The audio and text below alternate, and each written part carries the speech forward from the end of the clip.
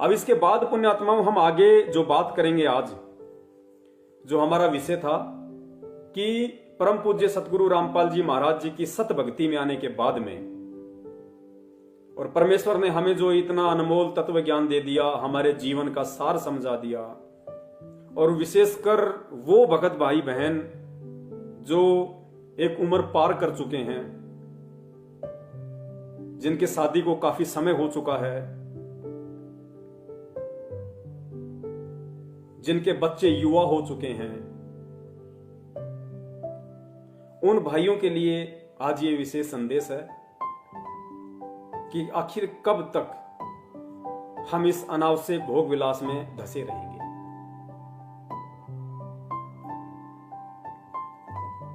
ये बहुत ही निंदनीय कर्म है, बहुत ही घटिया कर्म है, विशेषकर उन आत्माओं के लिए, और उस समय जबकि हम इतने वर्षों से परम पूज्य गुरुदेव की शरण में हैं, हमारे बच्चे हमारे सर के बराबर हो चुके हैं, उसके बाद भी यदि हम इस अनावश्यक भोग विलासिता में रत हैं तो ये कहीं न कहीं गहनता से सोचने और विचार करने का विषय है।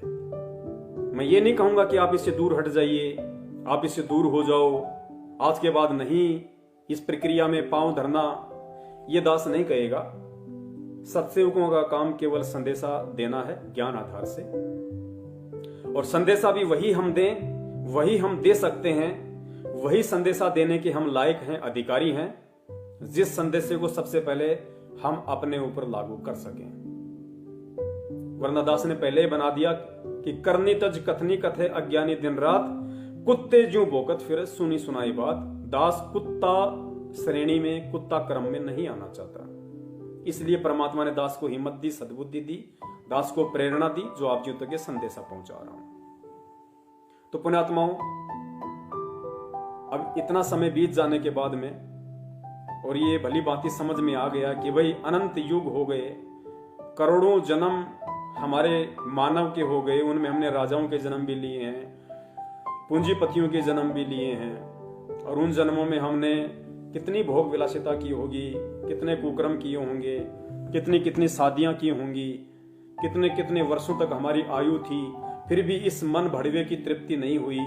तो पुण्यात्माओं, अब इस परमेश्वर के मार्ग में आने के बाद, आज से पहले जो किया सो किया, लेकिन उसके बाद एक सोचने का विषय बनता है कि हम किस दिशा में बढ़ रहे हैं, फिर हम कब उस परमात्मा की प्राप्ति के लायक बनेंगे, कब हम उस परमात्मा के चरणों में एक भगत कहलाने के अधिकारी बनेंगे। देखिए, परमेश्वर की वाणी है कि कामी क्रोधी लालची इनसे भक्ति न होई, भक्ति करे कोई सूरमा जात वर्ण कुल खोई। पुण्यात्मा ध्यान देना, एक एक वाणी परमात्मा की अनमोल है कि कामी क्रोधी लालची इनसे भक्ति ना होए। कामी कौन? जो काम वासना से रत है, जो भोग विलासिता में रत है, वो कामी। क्रोधी, जिसका अपने काम के ऊपर कंट्रोल नहीं है, वो कभी भी अपने क्रोध के ऊपर, गुस्से के ऊपर कंट्रोल नहीं कर सकता। लालची, जो काम और क्रोध के ऊपर कंट्रोल नहीं कर सकता, वो आदमी कभी भी लालच से कंट्रोल नहीं कर सकता।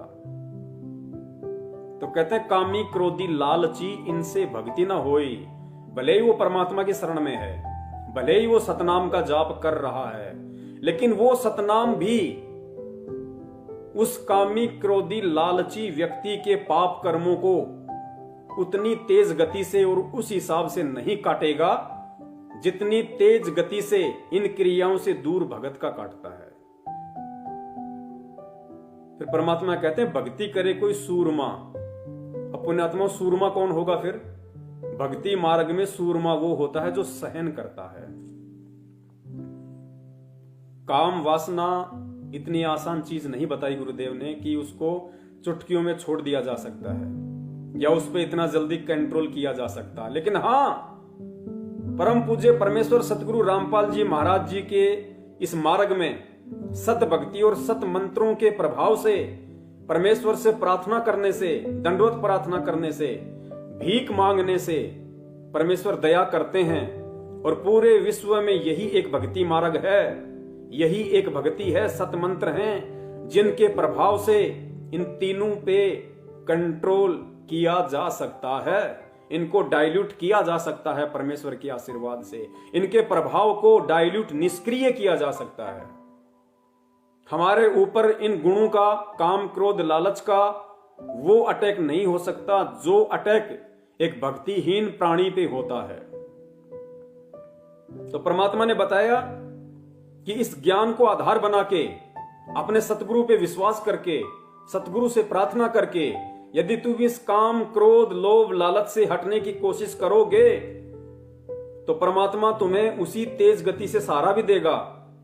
और जो परेशानी तुम्हें आएगी, क्योंकि काल बहुत ज्यादा तरीकों से, जब आप एक बार अपने सतगुरुदेव जी के चरण कमलों में बैठ के उनसे अरदास करके, उनसे प्रार्थना करके कि हे परमपिता परमेश्वर, बहुत हो चुका है, अब आप ही की प्रेरणा से, आप ही ने ये सद्बुद्धि दी है इन चीजों से दूर हटने की, परमात्मा दास पे दया करना। दास अपनी तरफ से पूरी कोशिश करेगा, लेकिन हे परमपिता परमेश्वर, जब तक आप अपना पंजा इस दास के शीश पे नहीं रखोगे, तब तक परमात्मा मैं चाहे लाख कोशिश कर लूं, चाहे लाख मन बना लूं, मैं इन विकारों से दूर नहीं हट सकता। परमात्मा आपका आशीर्वाद, आपकी रजा विशेष है, इसके बिना संभव नहीं है। और पुण्यात्माओं, जब वो भगत ये प्रार्थना करके परमात्मा से और इस विरत की भोग विलासिता से, इस काम क्रोध से जब दूर हटने का मानस बना लेगा, तो पुण्यात्माओं फिर ये काल भगवान भी उन संचित कर्मों का दबाव उस भगत पे उतना ही ज्यादा डालेगा। उसके सामने ऐसी ऐसी परिस्थितियां खड़ी कर देगा, ऐसे ऐसे दृश्य उसके सामने खड़े कर देगा, ना चाहते हुए, कि इसको वो भोग विलासिता, काम वासना सताए, बार बार इसके दिमाग पे अटैक करे। आप मोबाइल में देखोगे, आपको ऐसे ऐसे चित्र, ऐसे ऐसे छोटे छोटे वीडियो आपको ना चाहते हुए दिखाई देने लग जाएंगे, विशेषकर उस समय के बाद जब आप इन चीजों से दूर हटने का मानस बना लोगे। काल उतना ही ज्यादा हमारे ऊपर हावी होगा। मार्केट में जा रहे हो, पता नहीं कैसे कैसे आपको दृश्य दिखा देगा, मोबाइल में कैसे कैसे दृश्य ना चाहते हुए भी आंखों के सामने आ जाएंगे। और भी बहुत सारे तरीके जो भी ये काल कर सकता है, उस तरीके से दबाव बनाने की कोशिश करेगा कि वापस इसी को उस गंदगी में धकेलूं, ये बाहर ना निकल जाए। और पुण्यात्माओं, उन परिस्थितियों में इस ज्ञान को आधार बना के, परमात्मा को पल पल अपने पास समझ के, उनका प्यार भरा पंजा अपने शीश पे समझ के, जब हम संघर्ष करेंगे, जब हम सामना करेंगे उनका, और जो दिक्कतें हमें आएंगी, जो पीड़ा हमें महसूस होगी, पुण्यात्मा, उसमें हमारा तप बनेगा। तप, क्योंकि गुरुजी ने बताया कि इस भक्ति में भी तप है। गुरुजी ने बताया, यदि ऐसी स्थिति में तुम्हारे सामने कोई परिस्थिति खड़ी होती है और तुम उसका सामना करते हो, संघर्ष करते हो, काल तुम्हें उस गंदगी में धंसाने की कोशिश करता है, और तुम परमेश्वर के ज्ञान को आधार बना के जब उसका सामना करोगे, तो गुरुदेव ने बताया कि वो तुम्हारा मानसिक तप होगा, क्योंकि काल मानसिक चोट करेगा। तो वो तुम्हारा मानसिक तप, और उस तप के बदले तुम्हारी भक्ति बन रही है। फिर गुरुदेव ने बताया कि जैसे तुम्हें कोई गालियां निकालता है, तुम्हें कोई बुरा भला कहता है, या तुम्हारे गुरुदेव को कोई बुरा भला कहता है, तो हो तो तुम भी जीव, पांचों विकार तुम्हारे अंदर भी हैं, तीनों गुण हैं। तुम्हारे को भी गुस्सा आएगा कि मेरे गुरुदेव के विषय में ऐसा कैसे बोल दिया इस नालायक ने। अभी बताता हूं इसको। तो पुण्यात्माओं, उस स्थिति में जब गुरुदेव के ज्ञान को आधार बना के कि भाई गुरुदेव ने बताया कि आवत गाड़ी एक है, उल्टा होए अनेक, कहे कबीर ना उल्टी और रहे एक की एक। और परमात्मा कहते हैं कि कहते को कहीं जान दे, गुरु की सीख तू ले, साकट और समान को उल्ट जवाब ना दे। दुष्ट व्यक्ति को और कुत्ते स्वभाव वाले व्यक्ति को गुरुदेव कहते हैं, बेटा उल्टा जवाब मत देना, कबीरा आप ठगाइए और न ठगिए कोई, आप ठगाए सुख होत हैं और ठगे दुख होए। जब हम उसकी किसी भी प्रकार की गालियों का या अपशब्दों का कोई भी प्रत्युत्तर नहीं देंगे, और नहीं देंगे मतलब हम उस जहर को पी रहे हैं, हमारे अंदर वो गुस्सा आएगा, क्रोध आएगा, लेकिन गुरुदेव के ज्ञान को आधार बना के, शिक्षाओं को मद्देनजर रखते हुए जब हम सामने वाले के अपशब्दों को सहन करेंगे, उसकी गालियों को सहन करेंगे, तो परमेश्वर कहते हैं बच्चों वो तुम्हारी वाणी का तप बन रहा है, वो तुम्हारी वाणी का तप बन रहा है, और उस तप के बदले तुम्हारी भक्ति बन रही है। फिर गुरुदेव ने बताया यदि नौबत कोई ऐसी पहुंच जाती है कि कोई तुम्हारी पिटाई कर देता है, धक्का मुक्की कर देता है, थप्पड़बाजी कर देता है, और तुम उसका प्रत्युत्तर परमेश्वर के ज्ञान आधार से नहीं देते हो, कि भाई गुरुदेव ने बोल रखा है कि हम आज तो भगवान पे विश्वास रखेंगे, अगर हम चुप रहेंगे तो परमात्मा उसका हिसाब अपने आप कर देगा, तो कहते हैं तुम्हारे वो शरीर का तप बन रहा है। तो इसी प्रकार पुण्यात्माओं, जब हम इन चीजों से दूर हटने का मानस बनाएंगे, और दूसरी तरफ काल भगवान की तरफ से जब हमारे ऊपर दबाव डाला जाएगा, और उस दबाव को जब हम परमपिता परमेश्वर जी के ज्ञान को आधार बना के, उनके आशीर्वाद को पल पल अपने शीश पे रख के जब हम उसका सामना करेंगे, तो गुरुदेव कहते हैं वो तुम्हारी वाणी का भी तप बन रहा है, तुम्हारा मानसिक तप भी बनता, तुम्हारे शरीर का भी तप बन रहा है, और फिर वो परमेश्वर तुम पे प्रसन्न होगा। अब ये कहते हैं ना कि पवनदास कहता है कि गुरुदेव ने सार नाम नहीं दिया, सार नाम नहीं दिया। अरे गुरुजी ने तो सबको सार नाम दिया, रोहतक में भी हजारों को सार नाम दे दिया, ये कैसे कह सकता है कि गुरुजी ने अभी तक किसी को असली सार नाम नहीं दिया। पुण्यात्माओं, जिन जिन को ये सार नाम मिल चुका है, जो ये कहते हैं कि हमें गुरुदेव ने अपने मुंह से सार नाम दे दिया, या कोई ये कहता है कि हमें रोहतक आश्रम से सार नाम मिल गया, वो एक बार अपने अंदर झांक के देख लें कि काम, क्रोध, लोभ, लालच से वो कितने दूर हैं। 15-15 साल के बच्चे कहते हैं कि हमें सार नाम मिल गया। पुण्यात्माओं, ये विचार करने की बातें हैं ये, क्योंकि पुण्यात्माओं सतनाम से हमारे पाप कर्म क्षीण होते हैं। गुरुदेव ने बताया कि सतनाम तक की भक्ति से हमारे पाप कर्मों का सत्यानाश होता है, सफाया होता है। तो जो व्यक्ति अभी तक सतनाम की कमाई से, जिसकी सतनाम की कमाई उसको दिखाई नहीं दी, और दिखाई देने का मतलब क्या है, गुरुदेव ने बताया कि ये जो कामी, क्रोधी, लालची, ये जो काम क्रोध हैं, ये तुम्हारे सतनाम की कमाई से समाप्त होंगे।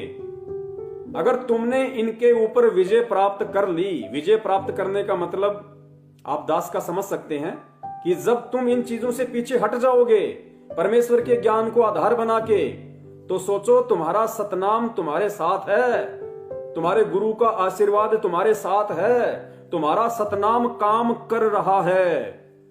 यदि तुम परमेश्वर की इस वाणी के अनुसार कि कामी, क्रोधी, लालची, इनसे भक्ति न होई, भक्ति करे कोई सूरमा, जात वर्ण कुल खोई, जब तुम इन विकारों पे परमेश्वर के आशीर्वाद से उस स्तर की विजय प्राप्त करके इनसे दूर हटके और सूरमा वाली स्थिति में आ जाओगे, या आ रहे हो धीरे धीरे, तो सोच लेना कि तुम्हारा सतनाम काम कर रहा है। और जब सतनाम के प्रभाव से ये सारे विकार, ये पाप कर्म हमारे सीन हो जाएंगे, उसके बाद फिर सार नाम दिया जाता है, उसके बाद फिर सार नाम दिया जाता है। तो जिन जिन लोगों को रोहतक से सार नाम मिला है, या सतलोक आश्रम बरवाला से गुरुदेव के द्वारा मिला है, और जो अभी भी इस रति क्रिया में संलग्न है, इस भोग विलासिता में संलग्न है, जो ज्ञान को अभी आधार नहीं बना पाए हैं, बात बात पे माँ बहन की गालियां निकाल देते हैं, ये बड़े बड़े state coordinator, world coordinator Deshraj ji, Mahendra ji जैसे लोग, महेंद्र जी के लड़का, आपने अच्छे तरीके से उनके ऑडियो वीडियो सब देख लिए हैं उनके, और फिर भी वो कहते हैं कि हमें सार नाम मिला हुआ है। नामदान केंद्र वाले हमारी माता बहनों को अकेले में छेड़ते हैं, फिर कहते हैं हमें सार नाम मिल गया। तो पुण्यात्माओं, अभी तो उनका सतनाम भी ढंग से काम नहीं कर रहा, सार नाम मिल कहां से जाएगा। परमेश्वर कहते हैं कि बिन ही रसना नाम चलत है, निर्वाणी से नेहा, और गरीबदास भोडल में दीपक छानी नहीं सनेहा। गुरुदेव कहते हैं जिस प्रकार बल्ब के ऊपर अगर मोमजामा लगा दिया जाए तो भी उसका प्रकाश छुपाने से छुप नहीं सकता,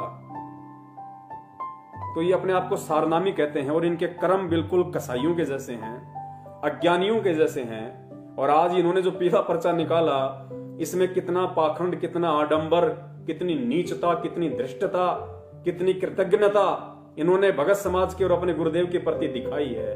क्या आपको लगता है इनको सारनाम मिला है और इनका सतनाम काम कर रहा है? पुण्यात्माओं, गुरुदेव कहते हैं ना कि यो सौदा फिर नाई रे संतो, यो सौदा फिर नाई। पुण्यात्माओं, ये सौदा फिर नहीं मिलेगा अगर समझ में आ गई है तो।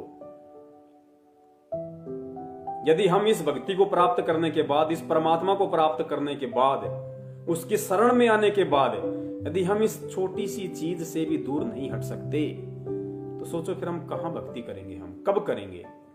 पुण्यात्माओं, परमात्मा साथ साथ उदाहरण पेश करते हैं लेकिन हम ध्यान नहीं देते, हम उनकी जीवनी को कभी गौर से नहीं देखते। परमेश्वर तो परमेश्वर थे सांसारिक दृष्टि में। जब तक वो अपने गुरुदेव की शरण में नहीं आए, जब तक वो भक्ति मार्ग से नहीं जुड़े, तब तक सांसारिक दृष्टि में उन्होंने शादी भी की, बच्चे भी उत्पन्न किए, सांसारिक दृष्टि में भोग विलास भी करके दिखाया। लेकिन जैसे ही परमपिता परमेश्वर अपने गुरुदेव की शरण में आए तो पुण्यात्मा उसके बाद क्या उस परमपिता परमात्मा ने उस सांसारिक दृष्टि में कभी भोग विलास किया? क्या परम पूज्य सतगुरु रामपाल जी महाराज जी ने सांसारिक दृष्टि से 17 फरवरी 1988 के बाद भोग विलास किया? पुण्यात्माओं, यही एक उदाहरण है हमारे लिए और ये सोचने की बात है, ये अंडरस्टूड है। जब भगत इस भक्ति की गहराई में जाएगा, जब उसको अनुभव होगा कि मैं किसकी शरण में हूं, मेरे गुरु के रूप में कौन है और वो मुझे किस लिए और कहां से चल के लेने के लिए आया है, और उसने मुझे इस पूरे ब्रह्मांड की सबसे अनमोल वस्तु दे दी है, और अब की बार मेरा ये जीवन वट वृक्ष का अंतिम पत्ता है, अंतिम लीफ है। जब इतना यदि भगत को समझ में आ जाएगा तो पुण्यात्मा वो खुद विचार करना शुरू कर देगा कि परमेश्वर की वाणी है कि भग भोग्या भग उपजय। भग कहते हैं योनि को, स्त्री योनि को भग। परमेश्वर ने कहा कि भग भोग्या भग उपजय, और भग से बचा ना कोई, और जो कोई भग से बचे भगत कहावे सोए। तो पुण्यात्मा गुरुदेव की इस वाणी के अनुसार असल में भगत भी वो कहलाएगा। आज हम कह देते हैं पवन भगत, फलाना भगत, दिखना भगत, लेकिन भगत है कौन? असल में भगत कौन है कि भग भोग्या भग उपजय, कि हे नादान प्राणी, जब तक मेरी शरण में आने के बाद भी तू इस काम वासना में, इस रति क्रिया में, इस अनावश्यक भोग विलासिता में डूबा रहेगा। भग भोग्या भग उपजय, अगर तू इसी रति क्रिया में लगा रहा तो चाहे तू मेरे से कोई सा भी नाम प्राप्त कर ले, तुझे वापस भग से जन्म लेना पड़ेगा। भग भोग्या भग उपजय, जब तक तू उस भग का भोग करता रहेगा तू भग से पैदा होता रहेगा, और भग से बचा न कोई, यानी बिना परमात्मा के आशीर्वाद के, उसकी शरण के, इस भोग विलासिता से कोई नहीं बचा। फिर कहते जो कोई भग से बचे, तो भग से कौन बचेगा? जो भगवान की शरण में होगा, जिसके ऊपर उसके गुरुदेव का पंजा होगा, जो सत भक्ति कर रहा होगा, जो साक्षात भगवान की शरण में होगा। इस 21 ब्रह्मांड में भग से वो बच सकता है। और परमेश्वर की वाणी है कि जो कोई भग से बचे, इसका मतलब भग से बचेंगे, भग से भी बचेगा भगत। कब बचेगा? किसकी शरण में आने के बाद? उस परम पिता परमेश्वर, पूर्ण परमेश्वर की शरण में आने के बाद। तो पुण्यात्माओं, ये हमारा और आप और हमारा सौभाग्य है कि हम उस परम पिता परमेश्वर की शरण में हैं आज। तो कहते हैं भग, जो कोई भग से बचे भगत कहावे सोए, उसके बाद तो वो भगत कहलाएगा, भगत। और भगत के बाद फिर आता है दास। भगत के बाद नंबर आता फिर दास का। हम तो लिख देते हैं पवन दास, रामचंद्र दास, फलाना दास, दिखना दास। परमात्मा कहते हैं पहले भगत तो बन ले, दास का नंबर तो बहुत दूर है। गुरुदेव कहते हैं दासा तन नेड़े नहीं और नाम धरावे दास। और भाई पानी के पिए बिना कैसे बुझेगी प्यास। दास बनने के लिए तो बहुत कुछ बलिदान देना पड़ेगा, कुर्बानी देनी पड़ेगी इस भक्ति मार्ग में। इन कुरीतियों की, इन पाखंडों की, आडंबरों की, इन तीनों गुणों की, इन 25 प्रकृतियों की, काम, क्रोध, लोभ, मोह, अहंकार की, इनकी बलि देनी पड़ेगी। परमात्मा कहते हैं उसके बाद तू भगत बनेगा, दास बनेगा। और जब परमेश्वर का ज्ञान उनके आशीर्वाद से जैसे जैसे भगत को समझ में आता जाएगा, क्योंकि पुण्यात्माओं इन चीजों से दास ने पहले भी कहा, परमात्मा भी कहते हैं कि जब यहां से बड़े बड़े नहीं बच सके, शंकर भगवान जैसे नहीं बच सके जो 88 हजार वर्ष तक जिन्होंने तप किया काम का नाश करने के लिए, नारद जी जैसों ने हजारों वर्षों तक तप किया कि मैंने काम पे विजय प्राप्त कर ली, परमात्मा कहते हैं वो नहीं बच पाए तो तुम्हारी क्या औकात है। तुम तो जीव श्रेणी में हो, वो तो देव श्रेणी में है, महादेव श्रेणी में है। जब वो नहीं बच पाए तो इस काल बलि के लोक में तुम कैसे बच पाओगे इन सब चीजों से। लेकिन बच पाओगे क्यों? क्योंकि तुम पूर्ण परमात्मा की शरण में हो।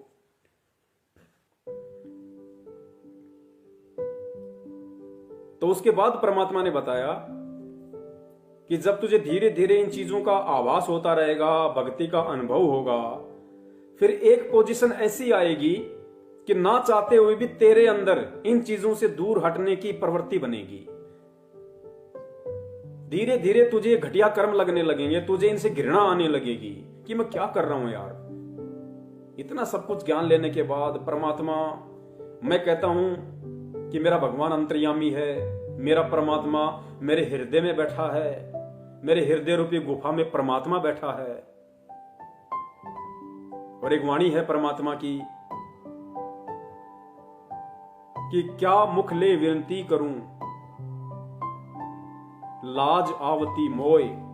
परमात्मा कह रहे हैं हम नीचों को समझाने के लिए, गुरुदेव, कि क्या मुख से विनती करूं, लाज आवती मोय। और हे परमात्मा तुम देखत अवगुण करूं, कैसे भाऊं तोय। कि परमात्मा मैं नीच, मैं किंकर, मैं दुष्ट, मैं अधमी प्राणी, इतना ज्ञान लेने के बाद, इतने वर्षों से आपकी शरण में आने के बाद, परमात्मा मैं किस मुख से विनती करूं। मुझे तो शर्म आती है, मुझे घृणा आती है अपने ऊपर कि क्या मुख ले विनती करूं, लाज आवती मोय। कि मुझे शर्म आ रही है परमात्मा आपसे विनती करते हुए भी कि तुम देखत अवगुण करूं। परमात्मा तुम अंतर्यामी, तुम सर्वद्रष्टा, तुम्हारे आंखों के सामने, तुम्हारे देखते देखते मैं सारे अवगुण कर रहा हूं। आज भी इतना ज्ञान लेने के बाद भी, आपकी इतनी रहम और दया प्राप्त करने के बाद भी, कि तुम देखत अवगुण करूं, कैसे भाऊं तोय। परमात्मा मैं आपको कैसे भाऊंगा, मैं आपको कैसे अच्छा लगूंगा। एक तरफ तो मैं कहता हूं कि अंतर्यामी एक आप, आत्म के आधार, जो तुम छोड़ो हाथ तो मुझे कौन उतारे पार। कि चीटी पायल बाजे पैर, साहिब सुनता है सब लहर। कि मेरा गुरुदेव, मेरे गुरुदेव भगवान अंतर्यामी हैं, पल पल की जानते हैं, सबकी जानते हैं, सोचने से पहले की जानते हैं। और उस अंतर्यामी के सामने तू इतना ज्ञान लेने के बाद भी उस गंदे और घटिया, निंदनीय, कुकर्म, भोग विलासिता में, काम वासना में रत है। तो कहने को परमात्मा हम उन्हें कह रहे हैं, कहने को हम उन्हें अंतर्यामी कहते हैं, लेकिन पुण्यात्मा हम विचार करें, क्या वास्तव में हम उन्हें अंतर्यामी मान रहे हैं? वे तो अंतर्यामी हैं और हम कह भी रहे हैं, लेकिन क्या हम मान रहे हैं? ये कर्म करते हुए यदि हम उन्हें अंतर्यामी कहें तो एक बहुत बड़ा धोखा होगा उस अंतर्यामी के साथ में। क्योंकि हम बच्चे को बहला सकते हैं, हम बच्चे को फुसला सकते हैं, हम बच्चे को मूर्ख बना सकते हैं, लेकिन उस परम पिता परमेश्वर को हम उसके साथ में कैसे धोखा कर सकते हैं, ये ज्ञान लेने के बाद भी, और इतना समय बीत जाने के बाद भी। वेदों में भी दास ने देखा तो नहीं, लेकिन पहले दास सुना करता था कि भाई वेदों में भी, शास्त्रों में भी लिखा है कि पहले हमारे जो ऋषि मुनि होते थे वे काम वासना की तृप्ति के लिए शादी नहीं करते थे, वे केवल वंश चलाने के लिए संतान उत्पत्ति करते थे। और उनका विधान था कि चाहे लड़का हो चाहे लड़की हो, केवल एक ही उत्पन्न करना है। और कहते हैं कि वो उनके पता नहीं क्या क्या रूल थे, क्योंकि वो सनातनी लोग थे। बहुत अच्छा समय था उस समय, वातावरण था। पता नहीं 3 महीने में या साल में एक बार ही वो भोग विलास किया करते थे। 3 महीने या साल में एक बार ही भोग विलास किया करते थे। बाकी समय परमात्मा के भजन में, गुणगान में लगाया करते थे। तो पुण्यात्माओं, हमने तो उन प्राचीन ऋषि मुनियों से भी अव्वल दर्जे का भगत बनना है। असल में तो ऋषि मुनि परमात्मा आप और हमें बनाने आए हैं। और देखा जाए तो असल में ऋषि मुनि तो आप और हम हैं। असल में ऋषि हम हैं, असल में मुनि हम हैं। वो तो खाली काल तक की साधना के ऋषि मुनि थे। और पुण्यात्मा, वो ऋषि मुनि परमेश्वर हमें बनाना चाहते हैं, और हम विचार नहीं करते कि हम किस राह पे चल रहे हैं। तो किस तरीके से परमात्मा प्रसन्न होंगे, और पुण्यात्मा फिर कब हम सतलोक जाने की तैयारी करेंगे। परमेश्वर कहते हैं कि भाई तुम हंस थे, जब तुम सतलोक से आए तो तुम हंस प्रवृत्ति के थे। क्योंकि गुरुदेव ने बताया कि जो हंस होता है और जो काग होता है, वो दोनों एक ही सरोवर पे रहते हैं। और जो काग होता है वो कीड़े मकोड़े, घोंगे, छिपकली, मछली सब कुछ खाता है, सारी गंदगी खाता है। और जो हंस होता है वो भी उसी सरोवर पे होता है। और कहते हैं हंस चाहे भूखा मर जाएगा, लेकिन मोती के सिवाय अन्य कोई भी पदार्थ नहीं खाता, कोई भी खाद्य पदार्थ नहीं खाता। तो पुण्यात्माओं, इस परमात्मा के इन सत्संग रूपी सरोवर में डुबकी लगाने के बाद भी,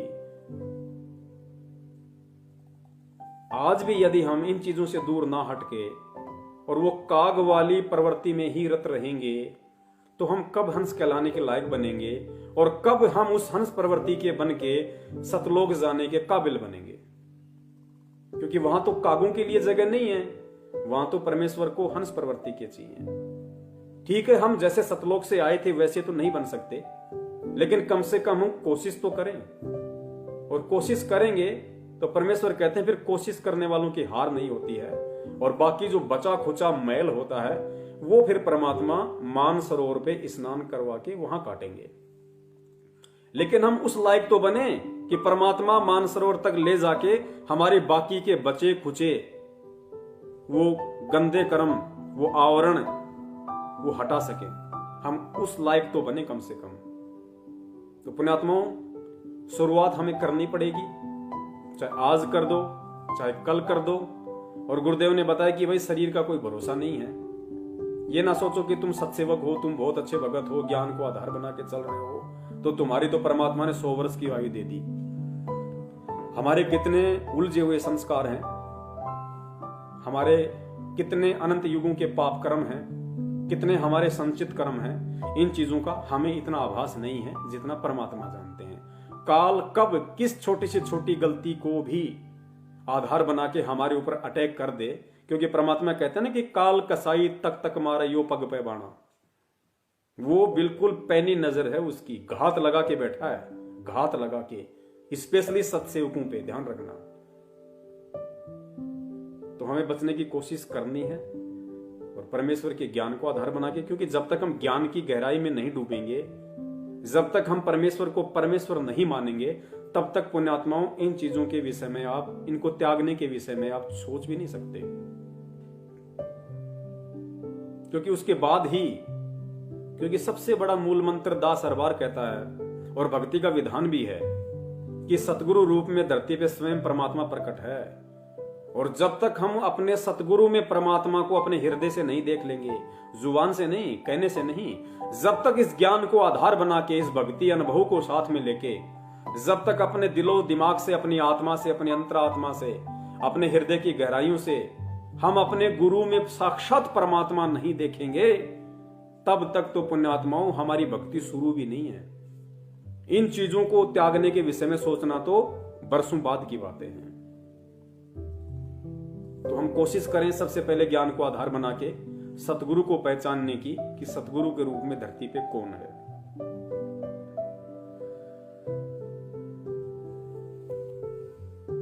और भी बहुत सारी बातें हैं। परमात्मा ने ये जो 2 पुस्तकें हैं, एक गरिमा गीता की और दूसरी ज्ञान गंगा, इनमें भी परमात्मा ने काफी चीजें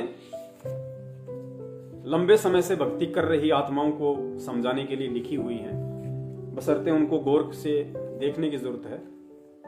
ये अपने मुरादाबाद से पवन दास जी हैं, उन्होंने आज से 2-3 दिन पहले इस चीज को ग्रुप में डाला था। तो परमात्मा ने दया करी उनके ऊपर, जो इन्होंने, क्योंकि वो निमित्त बने, परमात्मा ने उनको निमित्त बनाया। देखो पुण्यात्मा, दास के पास में कोई मटेरियल नहीं है। ये जितने भी सबूत हैं, जितने भी मैसेज हैं, ऑडियो वीडियो आप जी देख पाते हैं, सुन पाते हैं, ये सारे भगत भाई ही दास को भेजते हैं। परमात्मा ने दास को इतनी बुद्धि बख्शी हुई है कि दास उनमें से सार को निकाल लेता है कि इसका रहस्य क्या है। इस ऑडियो वीडियो के माध्यम से परमात्मा सत्सेवकों को निमित्त बना के संगत तक क्या मैसेज पहुंचाना चाहते हैं, वो सद्बुद्धि परमात्मा ने अपने सत्सेवक बच्चों को दी हुई है। उस आधार से दास ये ऑडियो वीडियो मैसेज बना पाता है, वरना पुण्यात्मा दास की औकात नहीं है। दास को अच्छे से पता है अपनी औकात का। तो ये जो ज्ञान गंगा पुस्तक है, इसके पेज नंबर 5 पे जब आप जाएंगे तो परमात्मा ने कितना गहरा रहस्य इसमें दिया हुआ है। ये हमने विचार करना पड़ेगा इन बातों पे। खाली आंखों से पढ़ के इस कान से सुना, इस कान से निकालना नहीं है पुण्यात्मा। अब इन पे हमने परमेश्वर की एक एक सत्संग की एक एक वाणी पे, सत्संग के एक एक शब्द पे अब हमने ध्यान देना पड़ेगा, हमने गौर करना पड़ेगा। क्योंकि पुण्यात्माओं, परमेश्वर का एक भी शब्द अनायास नहीं होता है, निरर्थक नहीं होता है, मिथ्या नहीं होता है, फालतू टाइम पास के लिए नहीं होता है। परमात्मा अगर नॉर्मल तरीके से भी कोई बातें बोल रहे हैं तो उनमें भी गहरा संदेश है, उसको ढूंढने की जरूरत है। तो ज्ञान गंगा पुस्तक का पेज नंबर 5 आप जी भी देख सकते हैं। इसमें नीचा लिखा है, दुराचार करना कितना पाप है। दुराचार करना कितना पाप है। दुराचार का मतलब होता है भोग विलास। पर द्वारा स्त्री का खोले, 70 जन्म अंधा हो डोले। पूज्य कबीर परमेश्वर जी ने बताया कि जो व्यक्ति किसी पर स्त्री के साथ दुष्कर्म करता है वह तो 70 जन्म अंधे का जीवन भोगता है। बुद्धिमान व्यक्ति ऐसी आफत कभी मोल नहीं लेता, मूर्ख ही ऐसा कार्य करता है। जैसे आग में हाथ डालने का अर्थ है मौत मोल लेना। जैसे कोई व्यक्ति किसी अन्य के खेत में बीज डालता है तो वह महामूर्ख है। बुद्धिमान व्यक्ति ऐसा कभी नहीं कर सकता। वैश्यागमन को ऐसा जानो जैसे कुरड़ियों पर गेहूं का बहुमूल्य बीज का थैला भरकर डाल आए। ये क्रिया बुद्धिमान व्यक्ति नहीं कर सकता। या तो महामूर्ख या शराबी निर्लज अर्थात घंड व्यक्ति ही किया करता है।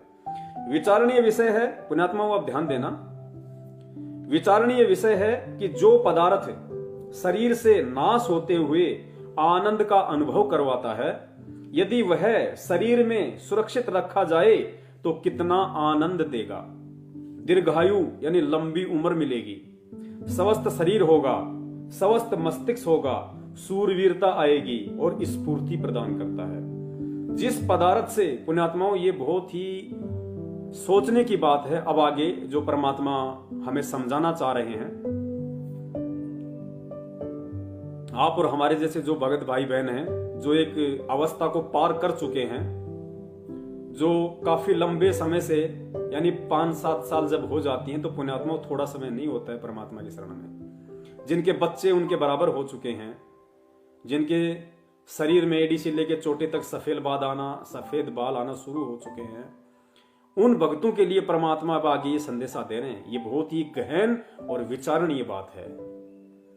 परमात्मा कहते हैं कि जिस पदार्थ से अनमोल बच्चा प्राप्त होता है, जिस पदार्थ से अनमोल बच्चा प्राप्त होता है, यानी माता का रज और पिता का वीर्य, रज बीरज जिसको कहा जाता है, तो परमात्मा कहते हैं कि जिस पदार्थ से अनमोल बच्चा प्राप्त होता है उसका नाश करना बच्चे की हत्या करने के तुल्य है।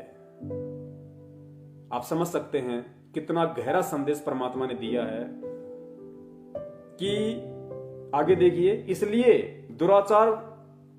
दुराचार यानी फालतू में अन्य किसी पराई स्त्री के साथ में संभोग करना, वो दुराचार। तथा अनावश्यक भोग विलास वर्जित है। नीचे लिख दिया परमात्मा ने अनावश्यक भोग विलास।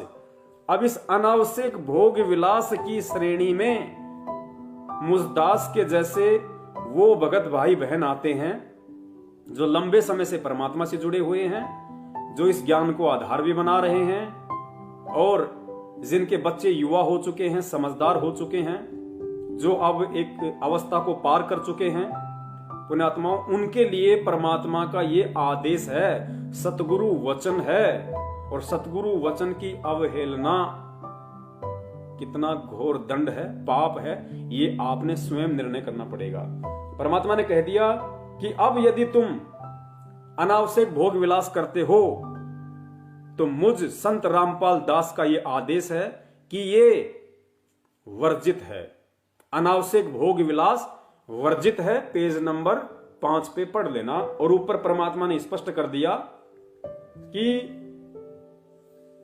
जिस पदार्थ से अनमोल बच्चा प्राप्त होता है उसका नाश करना बच्चे की हत्या के तुल्य है। तो पुण्यात्माओं, अब हमें इस व्यर्थ की भोग विलासिता से कोई संबंध नहीं रखना चाहिए। यदि अब भी इतने लंबे समय के बाद भी, इतने ज्ञान ग्रहण करने के बाद भी, इस अवस्था को पार करने के बाद भी, यदि हम आज भी गुरुदेव के वचन के विपरीत इस अनावश्यक भोग विलास जो वर्जित बताया है, यदि हम इसमें धसे पड़े हैं, तो गुरुदेव कह रहे हैं कि जब जब तुम भोग विलास करोगे तो ये समझ लेना तुम एक आत्मा की हत्या कर रहे हो, तुम एक बच्चे की हत्या का पाप अपने सिर पर रख रहे हो। क्योंकि गुरुदेव ने स्पष्ट कर दिया कि जिस अनमोल पदार्थ से बच्चा उत्पन्न होता है उस पदार्थ को फालतू में वेस्ट करना, यानी अनावश्यक भोग विलास करना, बच्चे की हत्या करने के तुल्य है।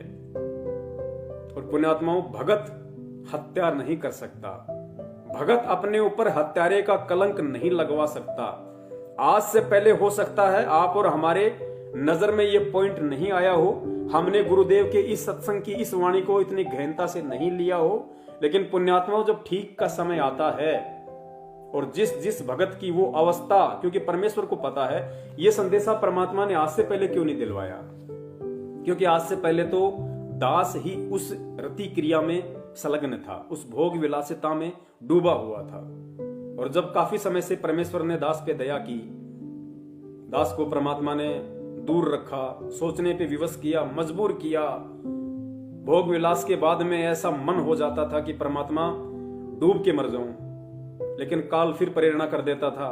फिर परमात्मा से प्रार्थना की, मालिक से, परमेश्वर ने दया की और मालिक ने प्रेरणा की कि बेटा थोड़ी हिम्मत तू रख, थोड़ी हिम्मत मैं दूंगा तेरे को। फिर परमेश्वर की वाणी याद आई कि परमेश्वर कहते हैं कि जय तू चाले एक कदम, मैं चालूं कदम 60। परमात्मा अपने भगत से कह रहे हैं कि हे भगत, हे मेरी आत्मा, अगर तू अच्छाई के लिए, सतलोक प्राप्ति के लिए यदि तू एक कदम आगे बढ़ेगा तो मैं 60 कदम चलूंगा तेरे साथ, तेरे 60 कदम आगे मिलूंगा मैं। जय तू चाले एक कदम, मैं चालूं कदम 60। फिर कहते हैं जय तू हो जा काठ का, काठ यानी लकड़ी का, जय तू हो जा लकड़ी का और मैं बन जाऊंगा लोहे की लाठ। परमात्मा कहते हैं तू एक बार लकड़ी की तरह अडिग होके बन के तो देख, मैं तेरे पीछे लोहे का खंभा बन के खड़ा हो जाऊंगा, फिर तुझे झुकने नहीं दूंगा, तुझे टूटने नहीं दूंगा, तुझे शर्मिंदा नहीं होने दूंगा, काल का प्रभाव नहीं होने दूंगा। तो पुण्यात्माओं, यहां परमात्मा ने सीधा सीधा व्यर्थ की भोग विलासिता में धसे हुए भक्तों को एक हत्यारा करार दे दिया, हत्यारा। अब कौन वो ऐसा निर्लज्ज प्राणी होगा, निर्लज्ज व्यक्ति होगा तो सबसे पहले तो अपने ही गुरु के वचन की अवहेलना करेगा, जिन्होंने आपके बच्चे भी हो गए, सब कुछ हो गया, बच्चे जवान भी हो गए, समझदार भी हो गए, उसके बाद भी यदि आप ये व्यर्थ की भोग विलासिता में पड़े हो तो आप अपने गुरु के वचन की अवहेलना कर रहे हो। और हमेशा जब जब भी आप वो दुष्कर्म करोगे, आप एक हत्या अपने सिर पर रख रहे हो, एक हत्या का पाप आप अपने अकाउंट में लिखवा रहे हो।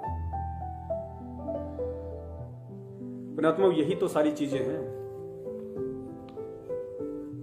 परमेश्वर ने तो स्पष्ट कह दिया कि भाई मैं दबाव नहीं दूंगा किसी के ऊपर, मैं किसी के साथ भी जबरदस्ती नहीं करूंगा, क्योंकि परमात्मा ने कितनी बार बताया कि भाई मेरा काल के साथ एग्रीमेंट है, मेरा अनुबंध है, मेरा उसके साथ में लिखित अनुबंध है।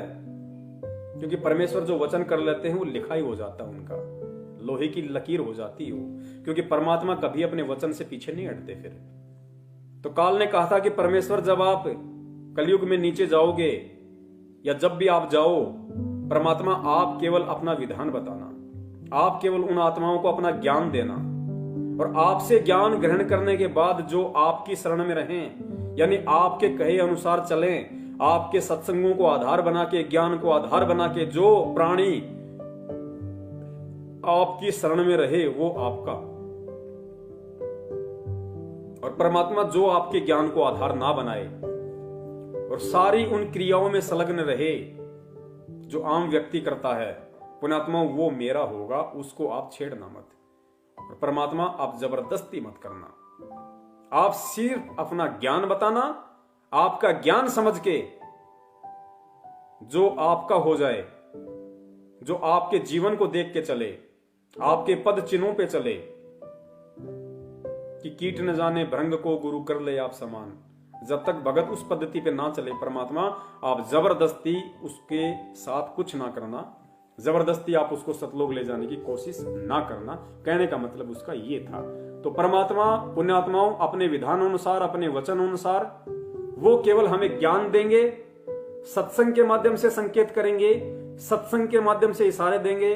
इन पुस्तकों में लिख दिया, बता दिया, अब उन चीजों को हमने खुद पकड़ना पड़ेगा, हमने खुद समझना पड़ेगा, और फिर हमने खुद ही विचार विमर्श करना पड़ेगा, मंथन करने पड़ेगा, चिंतन करना पड़ेगा कि भाई ये छोटा सा जीवन है, पता नहीं आज किसी की 20 साल बाकी है, किसी की 25 साल बाकी है, और ये मन की जो तृप्तियां हैं, जो मन की इच्छाएं हैं, ये भैया और कितनी करेगा।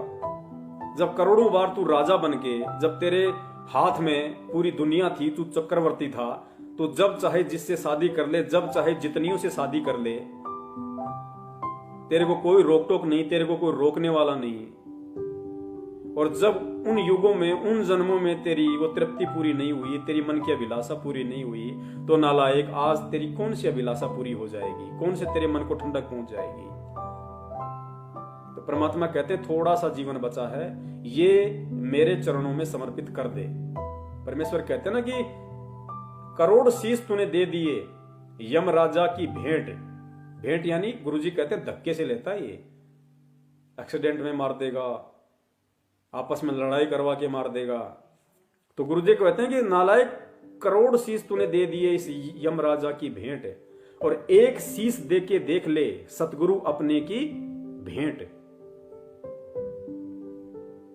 करोड़ शीश तूने दे लिए यम राजा की फेट। फेट यानी धक्के से, जबरदस्ती लेता ये। तो कहते हैं तूने करोड़ों शीश, तूने तेरे करोड़ों जन्म तूने बर्बाद कर दिए इस काल के चक्कर में आके। और कहते अब की बार तेरा दाव लगा है, ये तेरा जो अब की बार जो तेरा शीश है, तेरा ये जन्म है, ये मेरे चरणों में समर्पित कर दे। भेंट यानी सप्रेम, प्यार से, प्रेम के साथ में ये जीवन तू मुझे समर्पित कर दे। परमात्मा कहते हैं बेड़ा पार कर दूंगा। तो पुण्यात्माओं अब वो समय उन आत्माओं का आ चुका है परमेश्वर के चरण कमलों में अपना शीश भेंट करने का। चरण भेंट करने का मतलब गुरुदेव ने काफी बार बताया कि भाई तुम्हें जीवित मरना सीखना पड़ेगा। परमात्मा कहते हैं ना योग गुरु ज्ञान विज्ञान वाणी, जीवित ही जग में मरो। तो जीवित ही जग में मरने का मतलब गुरुदेव ने बताया कि तुमने अपनी इच्छाओं को मारना पड़ेगा, अपनी इच्छाओं को काटना पड़ेगा, अपनी इच्छाओं से, मन की अभिलाषाओं से दूर हटना पड़ेगा, इस ज्ञान को आधार बना के कि अब ज्यादा समय नहीं बचा है, थोड़ा बहुत समय है, जितना हो सके परमात्मा को समर्पित कर दे। और पुण्यात्माओं उदाहरण परमात्मा ने एक से एक दे दिए। सबसे पहला उदाहरण तो स्वयं वो परमात्मा बनता है कि जब उन्होंने कबीर पंथ में एंट्री की सांसारिक दृष्टि से, उसके बाद परमात्मा इन व्यर्थ की जो गंदगियां थी, मालिक तो पहले भी दूर ही थे, उनका तो सनाविरम शुक्रम अकायम, बिना हाड़मास का, बिना नाड़ी तंत्र का उनका बॉडी है, तेजपुंज का शरीर है परमेश्वर का। लेकिन सांसारिक दृष्टि में उन्होंने ऐसा उदाहरण दिया कि जब तक मुझे नहीं पता था, जब तक मुझे ज्ञान नहीं था, जब तक मुझे गुरु नहीं मिला था, परमात्मा की प्राप्ति नहीं हुई थी, तब तक तो मैं भी इन क्रियाओं में रत था, ताकि कोई भगत ये ना सोचे कि आज से पहले तो मैं इतने कुकर्म कर चुका हूं, मेरा कैसे भला होगा, कैसे परमात्मा मेरे पाप कर्मों का नाश करेगा। तो परमात्मा एक उदाहरण पेश करते हैं कि बेटा, मैं भी आज से पहले ऐसा ही था, मैं भी इन्हीं क्रियाओं में रत था, मैं भी काल को आनंद दे रहा था, काल को मजे करवा रहा था। लेकिन जब मुझे ज्ञान हुआ, मुझे मेरे पूज्य गुरुदेव जी ने बताया, उसके बाद से मैंने इन चीजों को त्याग दिया। तो एक उदाहरण पेश किया परमात्मा ने आप और हमें समझाने के लिए। फिर परमात्मा ने उदाहरण दिया राजा अब्राहम सुल्तान का, कि जब उसको वास्तविकता का पता चला, जब उसको चोट लगी, गुरुदेव कहते हैं कि ज्ञान का और घाम का चमका सा होता है। ज्ञान यानी तत्व ज्ञान और घाम यानी धूप। गुरुदेव कहते हैं ज्ञान का और घाम का चमका सा होता है। जो पुण्यात्मा होती हैं, जो ज्ञानवान आत्मा होती है, तुरंत रिएक्शन कर देती है उस पर। तो गुरुदेव ने बताया कि राजा इब्राहिम सुल्तान परमात्मा की पुण्यात्मा थी, ज्ञानी आत्मा थी, उसको तुरंत चमका हो गया। 16,000 रानियों को ठोकर मार दी उसने, 16,000 को। पुण्यात्माओं, आप और हम उस राजा इब्राहिम सुल्तान के कहां टिकते हैं? गुरुदेव कहते हैं कि रांडी ढांडी ना तजी। रांडी यानी औरत के लिए यूज किया परमात्मा ने, ढांडी यानी जानवर के लिए, पशु के लिए। क्योंकि राजा इब्राहिम सुल्तान के जीवन में ऐसा एक मोड़ आया था, लंबी कहानी है, परमात्मा ने हमें सबको बता रखी है। तो परमात्मा कहते हैं एक जीव के लिए कि रांडी ढांडी ना तजी, वो नर कई काग, वो तो कौवे हैं जिनसे ये भगवान की शरण ग्रहण करने के बाद में, परमात्मा से ज्ञान लेने के बाद में, ये रांडी भी नहीं त्यागी जा रही। रांडी त्यागने का मतलब ये नहीं कि हम अपनी भक्तिमतियों को छोड़ दें। आज जो भक्तिमती हैं वो भी परमात्मा की शरण में हैं, हम भी परमात्मा की शरण में हैं। अगर परमेश्वर भगत को प्रेरणा करते हैं तो परमात्मा को पता है कि जीवन में कोई और मोड़ ना आ जाए, इसके लिए परमात्मा अपनी उस बेटी में भी उतनी ही प्रेरणा करता है। उसको भी परमात्मा अंदर वो प्रेरणा कर देता है, वो भी उन चीजों से विरक्त होने लग जाती है। तो परमात्मा कहते हैं रांडी ढांडी ना तजय, ये नर कहिए काग। और भाई बलक बुखारी ने छोड़ दिया, थी कोई पिछली लाग, उसके कोई पिछले जन्म के अच्छे संस्कार थे, भक्ति कर्म थे, जिसने एक झटके में 16,000 एक से एक नवी नवेली रानियों को छोड़ दिया। किसी से तो 2 महीने पहले शादी की थी, किसी से 5 दिन पहले की होगी। परमात्मा ने कहा कि उसने जब उस पुण्यात्मा को ज्ञान हुआ, उसको ये झटका लगा कि नादान कहां अपना जीवन बर्बाद कर रहा है, कहां काल को मजे लुटवा रहा है, कहां उसका भोजन तैयार कर रहा है सूक्ष्म रूप में, ये वासना रूपी गंदगी इकट्ठी करके। तो परमात्मा कहते हैं 16,000 रानियों को मुंह काला करके निकल गया। अब पुण्यात्मा हम अपना विचार कर ले अब कि उस समय उस पुण्यात्मा ने, क्योंकि ना तो मोबाइल थे, ना टीवी था, ना रेडियो था, ना चिप थी, ना परमात्मा जा के इतने सत्संग करते थे, पुण्यात्मा उसके बावजूद भी उन आत्माओं में भक्ति की इतनी अलख लगी, इतनी जागरूकता आई उनके अंदर परमात्मा प्राप्ति की। राजा भी वो, गुरुदेव कहते हैं जब वो हाथी पे बैठ के सज धज के अपने सवारी के साथ चलता था, तो ऊपर जो देवताओं का राजा इंद्र है वो भी गर्दन नीची कर लेता था, वो भी शर्मा जाता था कि भाई इतने ठाट बाट, इतने भोग विलासिता के साधन, इतने मौज मस्ती के यंत्र तो मेरे पास भी नहीं है जितने बलक बुखारे के बादशाह के पास है। और वो पुण्यात्मा एक झटके में और ठोकर मार के चल दिया उसके। तो पुण्यात्माओं, अब हमने खुद इन चीजों पे विचार करना पड़ेगा। और दूसरी बात परमात्मा ने एक और कही हमारे को कि जब तुम इस भक्ति की गहराई में जाओगे पुण्यात्माओं, फिर तुम चिंतन करो, कभी बैठा करो, सोचा करो, कभी परमात्मा के सत्संग सुनने से नहीं, चाहे सत्संग सुनो थोड़ा, लेकिन थोड़े पे फिर चिंतन करो, मनन करो, विचार करो कि परमात्मा इस सत्संग के माध्यम से हमें क्या संदेशा देना चाहते हैं, क्या समझाना चाहते हैं।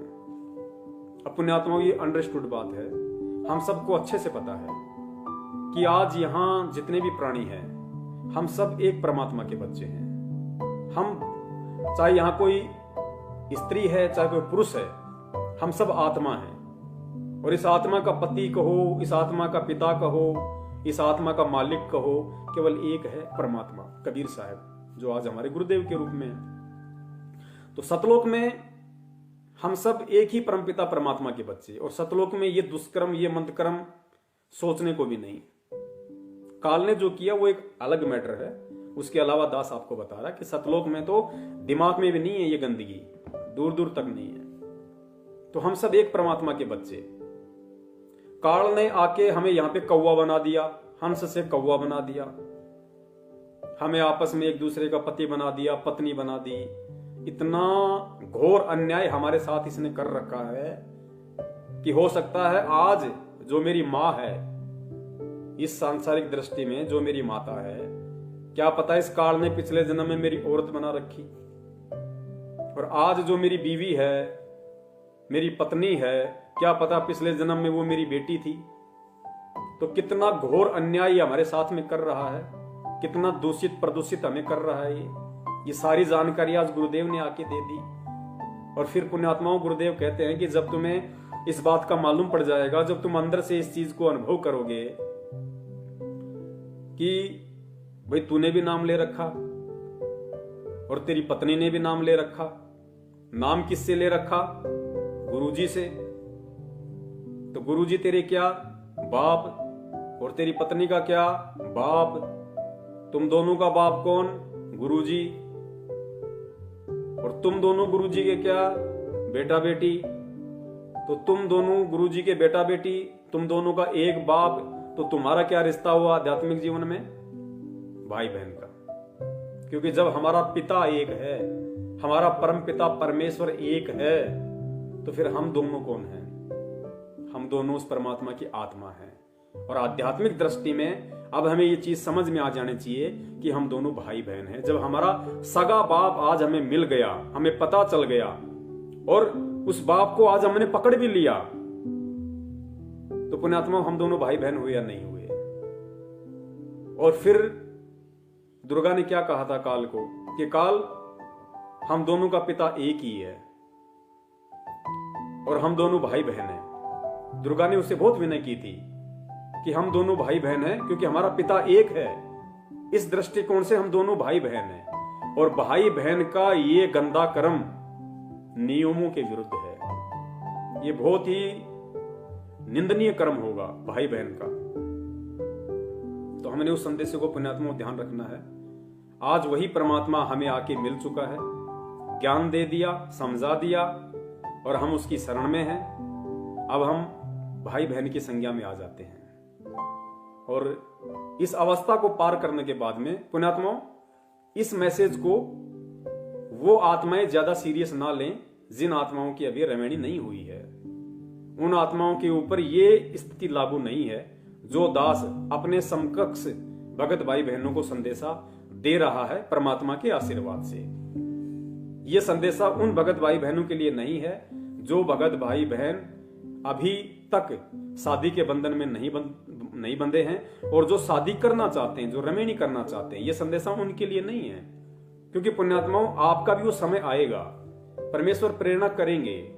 और बहुत अच्छी बात है यदि कोई ऐसी पुण्यकर्मी आत्मा है जो शादी नहीं करना चाहती और इन चीजों से दूर हटके रहना चाहती है, तो इससे तो बड़ी कोई खुशी की बात ही नहीं है। वो तो परमात्मा के दिल में विशेष जगह बनाएगी। लेकिन पुण्यात्माओं, ये फैसले जल्दबाजी में मत लेना, यह दास की विशेष विनती है। ये जल्दबाजी में हमने फैसले नहीं लेने बिल्कुल भी। बहुत सोच के, बहुत समझ के, परमेश्वर को आधार बना के, ज्ञान को आधार बना के, और जब आप उस अवस्था पे आ जाओ, क्योंकि सभी लोग ध्रुव नहीं बन सकते, सभी लोग प्रहलाद नहीं बन सकते, सभी लोग बलक बुखार के बादशाह वाली श्रेणी में नहीं आ सकते। एक समय आएगा, यदि हम परमात्मा की शरण में आ गए हैं, हम यदि उनकी भक्ति मर्यादा में रह के कर रहे हैं, तो वो समय आएगा, वो सबका समय आएगा।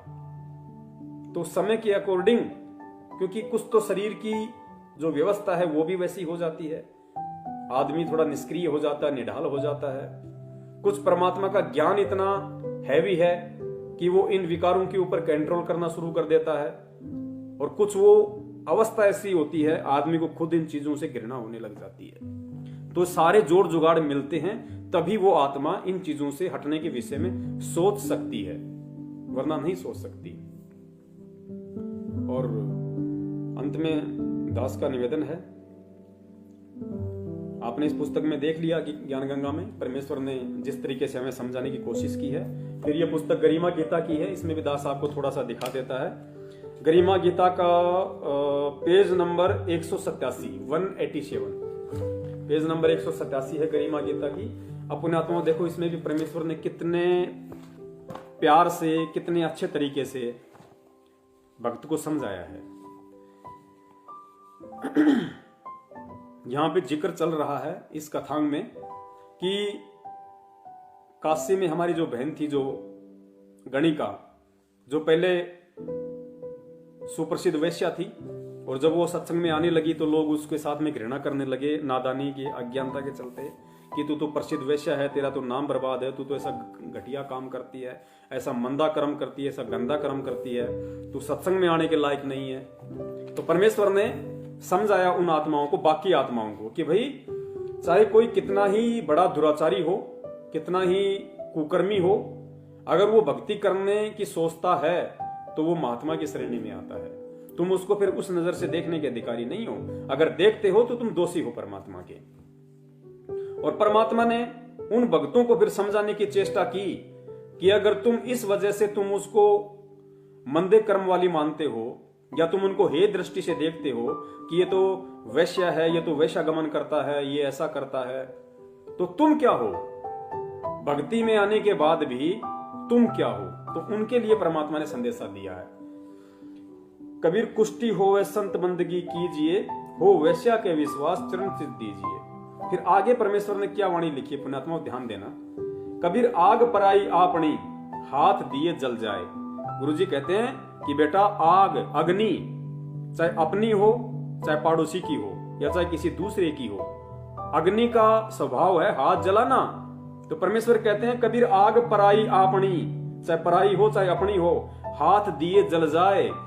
फिर मालिक ने क्या संदेशा दिया कि नारी पराई आपनी, नारी औरत, चाहे अपनी हो चाहे पराई हो, चाहे तुम अपनी औरत के साथ में भोग विलास करो या चाहे पराई औरत के साथ करो, नारी पराई आपनी, पर से सर्वस जाए। इतना गहरा संकेत परमात्मा ने दे दिया है। भावार्थ में गुरुदेव लिखते हैं, यदि कोई कुष्ठ रोगी गुरुजी से दीक्षा लेकर भक्ति कर रहा है तो उससे घृणा न करना, उसको भक्तों वाला सम्मान प्रणाम करके दीजिए। यदि कोई वैश्या भी गुरुजी से दीक्षा लेकर साधना करती है तो उसको सम्मान से प्रणाम कीजिए। ऐसा करने से उसका मनोबल बढ़ेगा तथा बुराई करने से संकोच करेगी और सुधर जाएगी। कबीर परमेश्वर जी ने कहा, यदि आप वैश्या तथा दुराचारी को इसलिए हे समझते हो कि वे पर स्त्री तथा पर पुरुष से भोग विलास करते हैं, यानी अगर आप किसी वैश्या को या किसी दूसरी औरत के साथ में गमन करने वाले व्यक्ति को यदि आप इसलिए हे दृष्टि से देखते हो कि ये तो दुराचारी है, दूसरों की औरतों के साथ ऐसा कुकर्म करता है, या ये औरत वैश्या है, ये दुराचारणी है, तो परमात्मा कहते हैं आप अपनी विवाहित पत्नी से भोग विलास करते हैं और अपने को उनसे श्रेष्ठ मानते हैं। तो ये विचार करो कि स्त्री मिलन करने से सब भ्रष्ट हो जाते हैं। पुण्यात्माओं, ये भक्तों के लिए परमात्मा समझा रहे हैं, उन भक्तों के लिए जो अब उस अवस्था को पार कर चुके हैं, जिनके बच्चे समझदार हो चुके हैं, या ना हो तो भी बड़ी बात नहीं, बच्चे ना हो तो भी बड़ी बात नहीं। यदि स्त्री मिलन करने से, तो ये विचार करो, यदि स्त्री मिलन करने से सब भ्रष्ट हो जाते हैं तो आप भी तो स्त्री या पुरुष से मिलन करते हो। जैसे अग्नि अपनी हो चाहे अन्य की, यदि हाथ दोगे तो जलाएगी ही।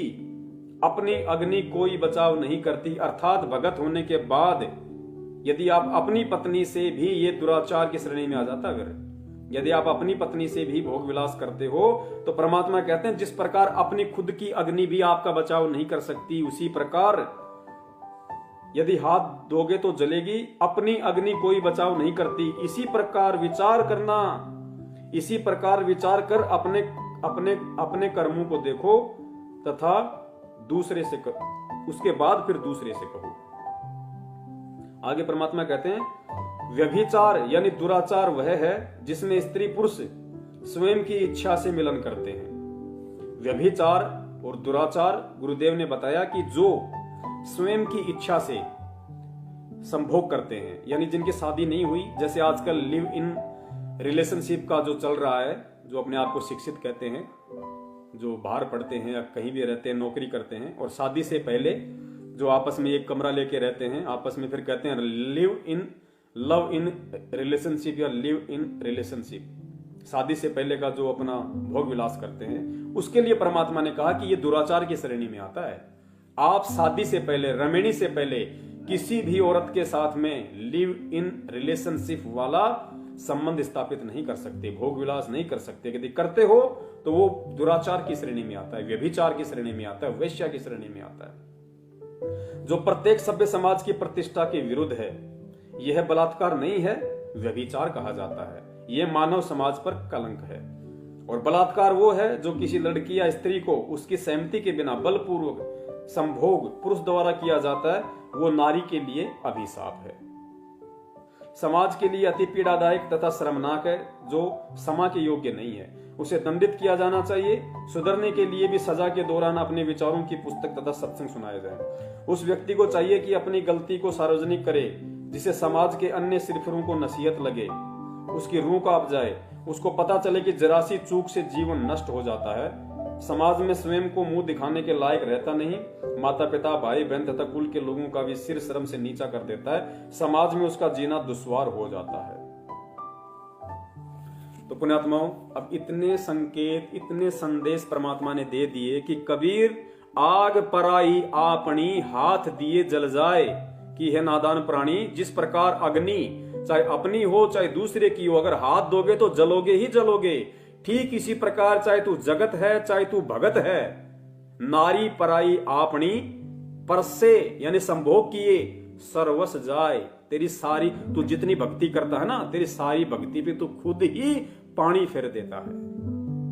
तो पुण्यात्मा, इससे गहरा संदेश, इससे बड़ा संदेश ये परमेश्वर ने असीम दया की, और दास इसको संदेश को अपने भगत भाई बहनों तक इसीलिए पहुंचाने के काबिल बना है कि परमात्मा ने दास से और अपनी भक्तमती के साथ में एक भाई बहन का रिश्ता परमात्मा ने कायम करवाया।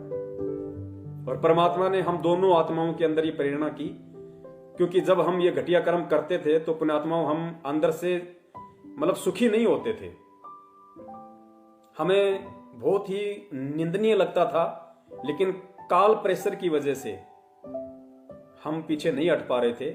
लेकिन काफी समय से परमेश्वर ने दया की, बहुत ही विचार किया, विमर्श किया कि भाई अब जीवन का लक्ष्य है क्या। ना हम कोई पैसे के पीछे भग रहे, ना हम कोई मकान के पीछे भग रहे, ना हम कोई गाड़ियों के पीछे भग रहे, ना हम कोई राजा मंत्री बनने के पीछे भग रहे। हमारा मकसद क्या है, हम देखे तो सही कि हम कहां खड़े हैं। हम आज यहां हैं, 2 महीने बाद कहीं और जाके मकान ले रहे हैं, फिर कहां भग रहे हैं। ना हमारा कुछ आगे, ना हमारा कुछ पीछे। मकसद क्या है हमारा? हमारा इतना बड़ा परिवार है, ये चल कैसे रहा है, कैसे चल रहा है? अच्छे अच्छे लोग डूब गए इस लॉकडाउन में। जो लोग फॉर्च्यूनर में चलते थे 20 लाख की गाड़ी में, 30 लाख की गाड़ी में, वो मोटरसाइकिल पे आ गए। और परमात्मा ने उसी लॉकडाउन में मुझ जैसे नीच को 70-70, 80-80 हजार रुपए की कमाई दी परमात्मा ने, रोड पे खड़ा करके। तो ये विचार करना फिर जरूरी बन जाता है कि मेरे पीछे कौन है, और जब मेरे पीछे मेरा परमात्मा है तो मेरा मकसद क्या है।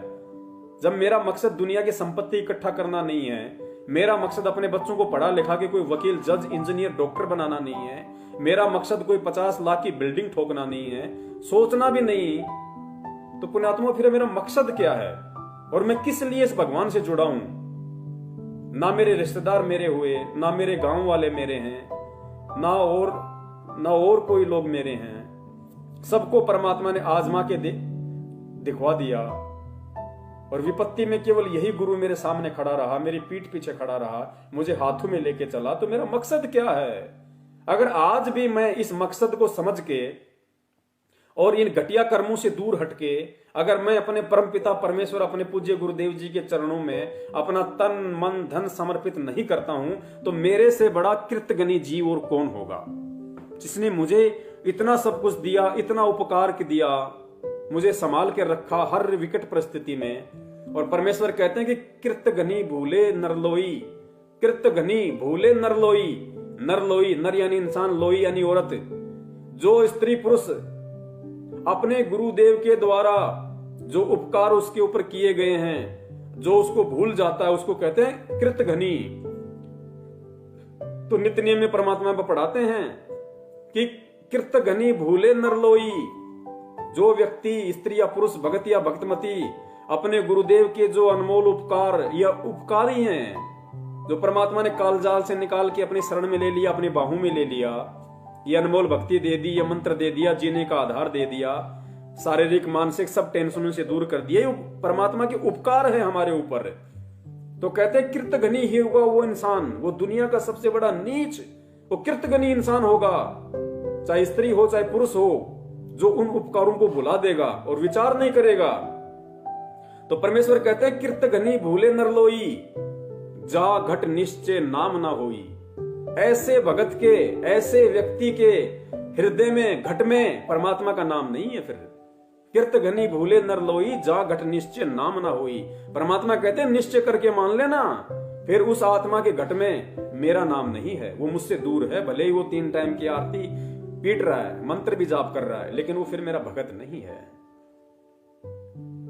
तो पुण्यात्माओं, बहुत विचार करने की हमें जरूरत है इन चीजों पे, और परमेश्वर से हम प्रार्थना करें तो परमात्मा हर तरीके से अपने भगत की सहायता करता है, अपने भगत को बचाता है इन सभी चीजों से। और जिन जिन भगत भाई बहनों को परमात्मा यदि प्रेरणा करें और इस भक्ति मार्ग में आगे बढ़ने की परमेश्वर उनको सद्बुद्धि दे, जिस प्रकार मुझ जैसे नीच पे, और अब तो खैर मैं अपनी बहन ही कहूंगा, उसी हिसाब से दास अपना बल्कि व्यवहार करता है। और मालिक से दया करूंगा कि परमात्मा अन्य जो विकार हैं उन पे भी आप हम दासों पे, अपने बच्चों पे आप दया करो, हम उनसे भी दूर हटें धीरे धीरे, क्योंकि हमें हंस बनना पड़ेगा अंत में। और जब तक हम हंस बनने की तरफ नहीं बढ़ेंगे, तब तक हमारे भक्ति करने का, अपने आप को भगत कहलाने का कोई औचित्य नहीं रह जाता है। और जिन आत्माओं को परमात्मा प्रेरणा करें, जो स्वयं भी इन चीजों को फेस करने के लिए, ये संघर्ष करने के लिए, सूरवीरता की तरफ अग्रसर होने के लिए जो आत्माएं तैयार हो चुकी हैं, जिनको लगता है कि वास्तव में ये तो ऐसा घटिया कर्म है जैसे एक हत्या के बराबर, और गुरुदेव ने स्पष्ट कर भी दिया है, तो वो पुण्यात्मा बहुत सोच समझ के परमेश्वर से प्रार्थना करके फैसला लेना शुरू करें। क्योंकि पुण्यात्माओं, यही साध संगति का एक मकसद है, और ऐसा ही समाज परमात्मा तैयार करना चाहते हैं। परमात्मा ऐसे ही बच्चों को तैयार करना चाहते हैं सतलोक के लिए। क्योंकि फिर अगर भक्ति करते करते यदि हम जगत वाले सारे कर्म कुकर्म करते रहेंगे, फिर हंस में और कौवे में डिफरेंशिएट कौन करेगा? कैसे पहचानोगे कि कौन कौवा है, कौन हंस है, कौन बगुला है? क्योंकि होते तो दोनों एक जैसे हैं। अब जैसा मेरे जो भगत भाई बहन हैं, जो वो दिखाई देते हैं 4 हाथ पैर के, आंख नाक कान, वैसे ही जगत वाले हैं, वो भी इंसान हैं, उनका भी यही रूप है, कोई गोरा है कोई काला है। तो पहचान कैसे होगी कि कौन बगुला है कौन हंस है? पहचान उसके कर्मों से होगी, उसके नियमों से होगी, उसकी मर्यादाओं से होगी। तो पुण्यात्माओं, अब समय ज्यादा नहीं बचा है, और हमने बहुत सोच समझ के अब इस भक्ति मार्ग पे अपने आप को भगत बनाने की दिशा में आगे बढ़ाना है, और तभी वो परमात्मा हमसे प्रसन्न होगा, हमसे खुश होगा। 650 साल पहले हमने यही तो गलती की थी कि हम परमात्मा को पहचान नहीं पाए, तो हम इन सब चीजों से दूर हटके और हम परमात्मा को प्रसन्न नहीं कर पाए। और जब परमात्मा ही प्रसन्न नहीं होगा, फिर हमारे काम कैसे बनेंगे? तो आज हम कम से कम वो गलती ना करें, वो गलती हम ना दोहराएं जो गलती हम 650 साल पहले दोहरा चुके हैं। और दूसरा मेरा निवेदन है इस भक्ति मार्ग में कि जो पुण्यात्मा इस मार्ग में आगे बढ़ना चाहती हैं, इन सभी विकारों से दूर हटना चाहती हैं परमेश्वर से प्रार्थना करके, तो वो आत्माएं यदि परमेश्वर उन पर दया भी कर दें, उनको परमात्मा शांति भी प्रदान कर दें, उनको इन चीजों से दूर हटने में परमात्मा उनकी मदद भी करें, तो पुण्यात्माओं, उसके बाद में हमने 1% भी अहंकार की तरफ नहीं बढ़ना। अगर हम अहंकार की तरफ बढ़े या हमारे अंदर इन चीजों को लेकर अहंकार उत्पन्न हो गया, तो गुरुदेव ने एग्जाम्पल भी साथ साथ दे रखे कि बेटा शंकर भगवान ने 88,000 वर्ष तक यही तपस्या की थी काम को काबू करने की, और उसको लगा कि मैंने तो कामदेव पे कंट्रोल कर लिया। और काल भगवान ने क्या किया, आप सबको अच्छे से पता है गुरुदेव ने क्या बताया और क्या उसकी हालत हुई। फिर नारद जी ने भी हजारों साल तपस्या करके सोचा मैंने तो कामदेव पे विजय प्राप्त कर ली। उस काल भगवान ने विष्णु रूप धारण करके ऐसा नदी में डुबकी लगवाई, जब वापस बाहर निकला तब तक 72 संतानें पैदा करके निकला था बूढ़ी होके। तो इस भक्ति मार्ग में अहंकार का, क्योंकि गुरुदेव की वाणी भी है कि आधीनी के पास है पूर्ण ब्रह्म दयाल, और मान बड़ाई मारियो बेअदबी सिरकाल। जो बेअदबी इंसान होता है, जो अहंकारी इंसान होता है, उसके सिर पे काल होता है। और आधीनी के पास है, यानी भगत आधीन, उसके पास है पूर्ण ब्रह्म दयाल। तो हमें इन चीजों पे अहंकार नहीं होना चाहिए, और अहंकार इसलिए नहीं होना चाहिए कि ये हमारे बस की बात नहीं है कि हम इन चीजों से दूर हट जाएं या हम इन चीजों पे कंट्रोल कर लें, काबू प्राप्त कर लें। हम तो सोच भी नहीं सकते। तो फिर कौन है जो हमें ये प्रेरणा दे रहा है, हमें इन चीजों से दूर करने के लिए? परमात्मा हमारे अंदर एक उम्मीद जगा रहे हैं, हमारे अंदर वो चिंतन मनन करने की शक्ति दे रहा है। कौन है? हमारा गुरुदेव। तो सारा श्रेय तो परमात्मा का है। हमें तो इसमें और ज्यादा झुकना चाहिए कि परमात्मा आप ना होते तो मेरी तो ये काल भगवान गेंद बना देता, गेंद। तो परमेश्वर दया करें। और ये आज का संदेशा था जो परमात्मा ने अपने भगत भाई बहनों तक पहुंचाया। और हर संडे परमेश्वर दया करें हम इसी तरह से रात्रि 8 बजे लाइव शंका समाधान के माध्यम से एक दूसरे से रूबरू होते रहें, जुड़ते रहें और परमेश्वर की महिमा का गुणगान करते रहें। साध संगति के तहत परमेश्वर की जो महिमा है, परमेश्वर का संदेशा है, वो हम जन जन तक पहुंचाते रहें। और इसी तरह से हम एक दूसरे से शिक्षा लेते हुए, एक दूसरे से प्रेरणा लेते हुए, एक दूसरे से सीखते सिखाते हुए हम इस भक्ति मार्ग की ऊंचाइयों को प्राप्त करें जो परमात्मा हमसे करवाना चाहते हैं। और इस दौरान यदि दास से कोई शब्द बोलने में या कोई भाषा, किसी सेंटेंस में यदि कोई त्रुटि हुई हो, कोई अपशब्द निकल गया हो, तो उसके लिए दास प्रथम अपने परम पूज्य सतगुरु रामपाल जी महाराज जी से और सभी भाई बहनों से दास क्षमा प्रार्थी है। दास को नादान हो तुच्छ प्राणी समझ के क्षमा करे, और यदि कोई गलती है तो आगे से दास उस पर ध्यान रखेगा। अब दास अनुमति चाहता है। सत साहिब बंदी छोड़ सतगुरु रामपाल जी महाराज की जय। सत साहिब।